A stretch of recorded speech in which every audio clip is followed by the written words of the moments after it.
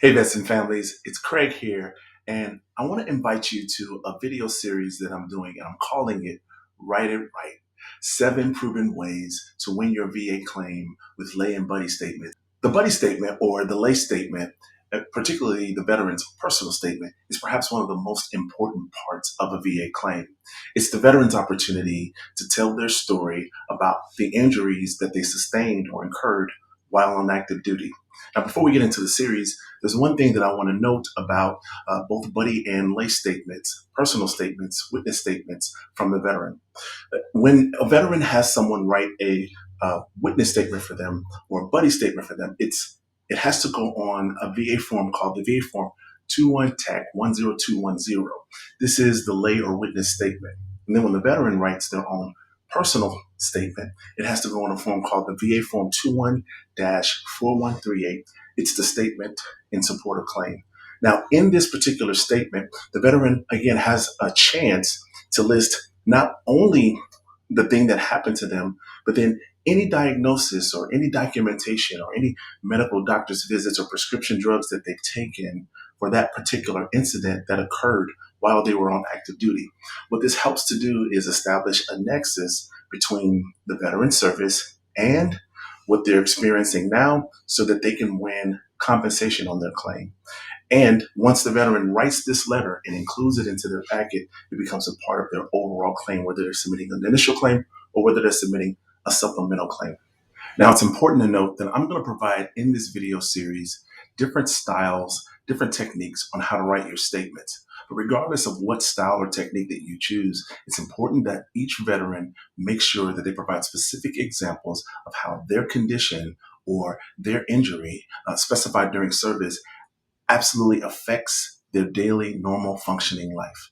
And whenever you write a statement and submit it to the VA, as always, you have to sign and date that statement to verify accuracy that it's actually you that's writing a claim. Now, I also want to let you know that this series is not just to be able to write better letters in order to win VA compensation claims, although that definitely is the goal and the primary aim. But the ultimate aim, and our ultimate aim here at Royal Rock Counseling and Consulting, is that we help veterans have the opportunity and develop the skills to be able to express themselves better and to be able to live better lives post military service. And so doing this series and helping you be able to express your feelings and thoughts and put pen to paper on what's going on in your mind, it's going to help you in professional, occupational, emotional, mental, and physical spaces in every other area of life. So if you like this content, if you enjoy what we're doing here at Royal Rock Wellness, what I want you to do is I'd like you to subscribe to the channel, like this video, comment on the video, and share it with other veterans who might need these tools and resources in order not just to get good VA compensation claims, but in order to level up and be the very best version of themselves that they can be. I believe in you. I want you to win. I'll be offering free resources and guides. And if you need help with any part of your VA claim, or if you need help with any coaching or counseling issues, I'm here for you to make sure that you live royally and live well. I want you to take care of your families, sit back, relax, and enjoy this series that we're bringing to you. Hey, vets and families, welcome back. If you're ready to reclaim your purpose, strengthen relationships, and start to live royally and live well, you are in the right place at the right time. Let's get into today's video. Today we're talking about descriptive statements, how to paint a picture the VA just can't ignore. Remember, vets, your story, your own personal story, is your strongest evidence. So let's write it right. Let's get started. So why do descriptions matter?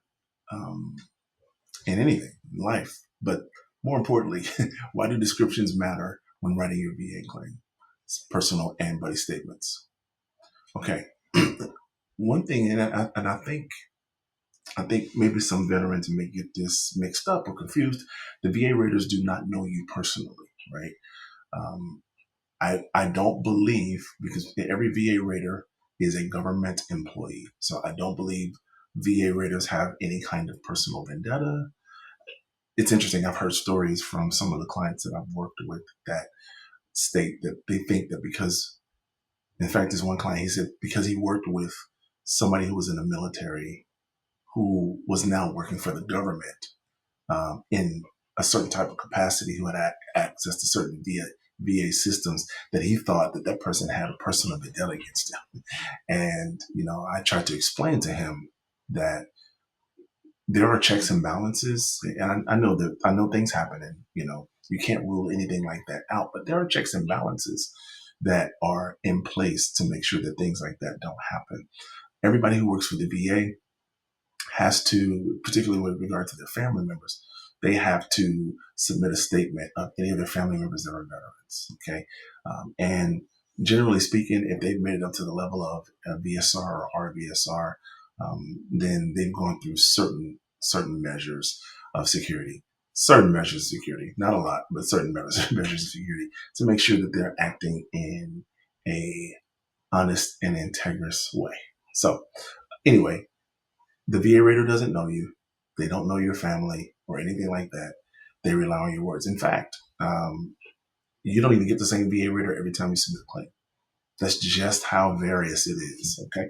So a vague statement is easy for any VA rater to dismiss because they just don't know you. They're not intimately familiar with your story. So it's, if you're very vague with them and just kind of ballpark with them, something that seems generic, they're not going to connect at all with that story, or they're not going to be able to connect the dots. Okay. So you want to give a vivid descriptive statement of everything you've gone through. This brings your reality into their office. It paints a picture for them, right, of what you went through, even though they can't see you physically, right? Those words, if used properly, right, and if used provocatively, right, and convincingly enough, they will paint a picture for the VA reader. So the goal is to show, don't just tell. You want to describe. We're being descriptive here. So you want to show, don't just tell. When you was in school, some of y'all probably too young for this, but I remember show and tell in school. I remember that you actually brought the item, right? And then you described what the item was like, right? Look at your letter as the item of show and tell, right? Like your career is the item, right? And your letter is the tell. You're telling in your letter what your career and your record shows. Did y'all get that? You got, listen, you can tell a lot about a serviceman, a servicewoman based on just their DD-14, which you submit to the VA, their personnel records, which the VA also has, right? You can tell, right? And so this statement is just describing that story, all right? So goal is to show, don't just tell. Here's an example of a weak versus a strong descriptive statement. Here's a weak statement. I have back pain. That's just vague, right? That's not going to resonate with a VA rater who is trying to connect the dots on your condition and whether or not it's service related. But a strong statement is every morning it feels like a hot knife is stabbing my lower spine when I try to get out of bed. Now, when we talk about ankylosis of the spine, when we start talking about specific spine conditions and spine claims, that actually gives a more vivid picture of what might be going on in that particular part of the body, right? It describes it in detail, in very vivid detail. This contrast is something that sticks with VA raters. Now, you also want to use sensory details. And when we say sensory, we're talking about all five senses, as you would suspect, right? Here's one example of using sight. My hands shake so much that I can't button the shirt, okay? The ringing in my ears is so loud that I can't hear my grandkids. Touch. This is a sense of touch. It burns like fire when I stand too long. You know how and burning could be like those needles that you feel, like, if you have neurology conditions, if you've had to take, medicines like gabapentin, and those kinds of things, if you've lost feeling in your legs or which I've experienced some of those things. If you've lost feeling in your foot or something like that, and you know how it feels like when it tingles or burns, right? Burns like fire when I stand too long. Or in other circumstances, burning could be considered as another different type of feeling, like a burning pain, right? Fiery pain. You want to describe that, and you want to put that in your statement. Smell, taste. This is less common, but if it's relevant, then you want to use it, because there are some diseases and there are some chronic conditions where you lose smell, you lose taste. Now, listen, we don't want to get into COVID-19 discussion because I don't believe that the VA has come to a position on what will be done with COVID-19. That's a discussion that's very political, in my opinion, and so it really depends. It depends. It may depend on who's in office, when that kind of thing happens, right? So, not going to talk about COVID-19, but that there are some other listed conditions that cause loss of smell or taste, and maybe some even temporary blindness, those kinds of things, right? So the more specific you are on whatever condition that you're dealing with, the better. Here's the power of comparisons, like comparing two things, right? You want to use metaphors and similes sparingly but effectively. And we use metaphors all the time. We just don't know that we're using them, right? Feels like walking on broken glass. And by the way, something like raining like cats and dogs, right? That's That's an example of a metaphor simile, right? My chest tightens like a vice grip. You're comparing it and contrasting it. You're comparing it to something else to give a picture of what it actually feels like. All right. These images help readers imagine your pain. So if a reader's sitting and they're reading a statement that says, man, my elbow throbs like like how you sometimes you hit your elbow and it starts to throb, like a heartbeat. Like it feels like my heart's in my elbow, right? That would be like a descriptive.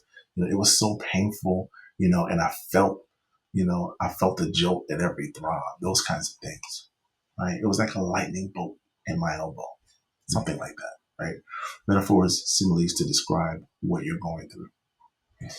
You want to include your daily struggles as well. Um, these tie symptoms to real life impact. So if it's a problem for you getting dressed in the morning, like if you're experiencing pain, if like, when you lift up to brush your teeth, you can't really lift your arm up high enough to brush your teeth, right?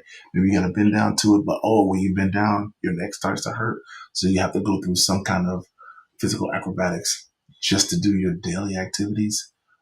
These are activities of daily living. ADLs is what the VA calls them, right? And this is how they determine, the veteran's ability to be able to do normal functions, driving or shopping, right? Working or maintaining relationships. We know that in relationships, no matter what those relationships are, we have to have a certain level of physical and mental capacity to be able to conduct those relationships and engage in relationships. And if that has been impaired, then we know for sure that there's something that it's probably due to some kind of condition that we have. The important thing is that condition that we have that's bothering us now connected to our service, right? You want to be able to say that in your statement and be so descriptive that you trace it all the way back to when it first began to happen. Here's an example. I can't hold my daughter because my shoulder locks up. Why does my shoulder lock up? Because I've had chronic shoulder pain for many years. Why have I had chronic shoulder pain for many years? Because when I went out for PT that day, or when I was in the field, right, or when I was overseas, and I was participating in combat or doing non-combat activity, doesn't matter. Um, I injured my shoulder, right? I remember having to hit something, right? I had to hit a bulkhead, or I had to hit something, and I threw my shoulder out of socket, and it hasn't been the same since. You described those things.